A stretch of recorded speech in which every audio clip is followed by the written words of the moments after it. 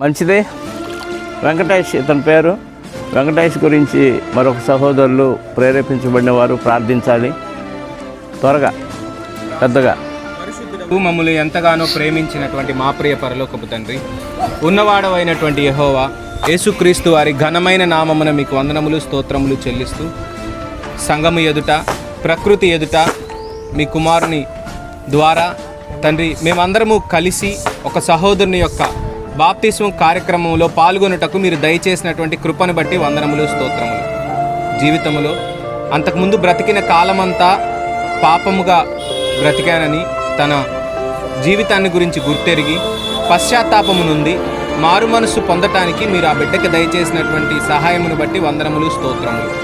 ఆ బిడ్డ మారు మనసు పొందిన తరువాత నాయన తన పాత జీవితాన్ని సమాధి చేయుటకు బాప్తిస్మము ద్వారా మరలా నూతన జీవాన్ని పొందుటకు తండ్రి ఇలా సిద్ధపడి ఈ ప్రాంతమునకు విచ్చేసి ఉండగా ఆ కార్యక్రమం జరిగిస్తూ ఉండగా సహాయాన్ని కోరుచు ఇది మొదలుకొని ఆయన ఆ బ్రతికే దినములన్నిటిలోనూ మీకు సాక్షిగా బ్రతుకున్నట్లు సహాయాన్ని కోరుచు యేసుక్రీస్తు ఘనమైన నామమున, శక్తి కలిగిన నామమున, రక్షణ కలిగిన నామమున స్తుతించి గణపరిచి ప్రార్థిస్తున్నాము తండ్రి.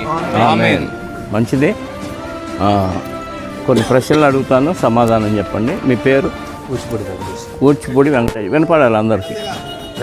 వెంకటేష్ గారు, మీరు ఎందుకు బాప్తీసం తీసుకోవాలనుకున్నారు? పరలోక రాజ్యంలో చేరటం కొరకు. పరలోక రాజ్యంలో చేరటానికి మార్గం ఏదని అర్థమైంది? ప్రభు అయిన యేసుక్రీస్తు వారు. యేసుక్రీస్తు వారు ఏం చేశారు మీకోసం? కల్వరి శిలువలో బలయ్యారు. మీ పాపాలు యేసుక్రీస్తు వారి ద్వారా క్షమాపణ జరిగిందని మీకు అర్థమైంది. దీని ద్వారా మీరు ఇప్పుడు బాప్తీసం తీసుకోవడం ద్వారా పాపాలు క్షమించబడ్డాయి.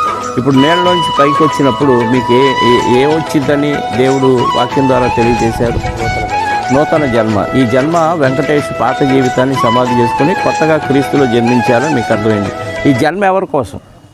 ఇప్పుడు నూతనమైన జన్మను పొందుకున్న తర్వాత ఈ జన్మ ఎవరి కోసం? యేసుక్రీస్తు వారి కోసం. అంటే యేసుక్రీస్తు వారు మీకోసం బలి అయిపోయాడు కాబట్టి ఆయన చెప్పిన పని మీరు అంగీకరిస్తారు. ఇక నుంచి మీకు ప్రభు ఎవరు? యేసుక్రీస్తు వారు. యేసుక్రీస్తు వారిని దేవుడు ఏం చేశాడు? చనిపోతే మృతుల్లో నుంచి తిరిగి లేపాడని మీకు వాక్యం ద్వారా తెలుసా? Very good. మరి బాప్తిసం పొందినాక మీకు శ్రమలు వస్తాయి, ఇరుకులు, ఇబ్బందులు వస్తాయి. ఎన్ని కష్టాలు వచ్చినా దేవుడిచ్చిన ఈ పరిశుద్ధతను కాపాడుకుంటూ నీ మరణదినం వరకు ఈ పరిశుద్ధతలో ఉండి దేవుడు అప్పగించిన పని చేస్తావా? అందరికీ వినపడేటట్టు చేస్తా. మరి వెంకటేష్ గారు చెప్పిన నోటి సాక్ష్యాన్ని బట్టి ప్రకృతి సాక్షిగా, పంచభూతాల సాక్షిగా, సంఘం ఎదుట దేవుడు వాక్యం ద్వారా నాకు ఇచ్చిన అధికారాన్ని బట్టి తండ్రి యొక్క కుమారుని యొక్క పరిశుద్ధాత్మ యొక్క నామం అనగా వారి లక్షణాల్లోనికి మరి వెంకటేష్ గారు కూడా మారాలని దేవుడిచ్చిన ఈ అవకాశాన్ని బట్టి యేసుక్రీస్తు ద్వారా ఈ కార్యక్రమంలో బాప్తీసం ఇస్తున్నాను. రైట్. చిన్న ప్రార్థన మరొక సహోదరులు వెంకటేష్ గారి కోసం. మహాపరిశుద్ధుడైన మా పరలోకపు తండ్రి, మీ ఘనమైన శ్రేష్టమైన ఉన్నతమైన నామానికి స్తుతులు స్తోత్రములు కృతజ్ఞతాస్తుతులు దేవా.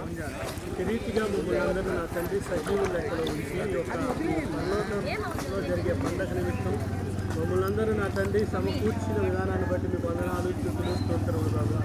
తండ్రి వెంకటేష్ గురించి ప్రార్థన చేస్తున్నాను దేవా.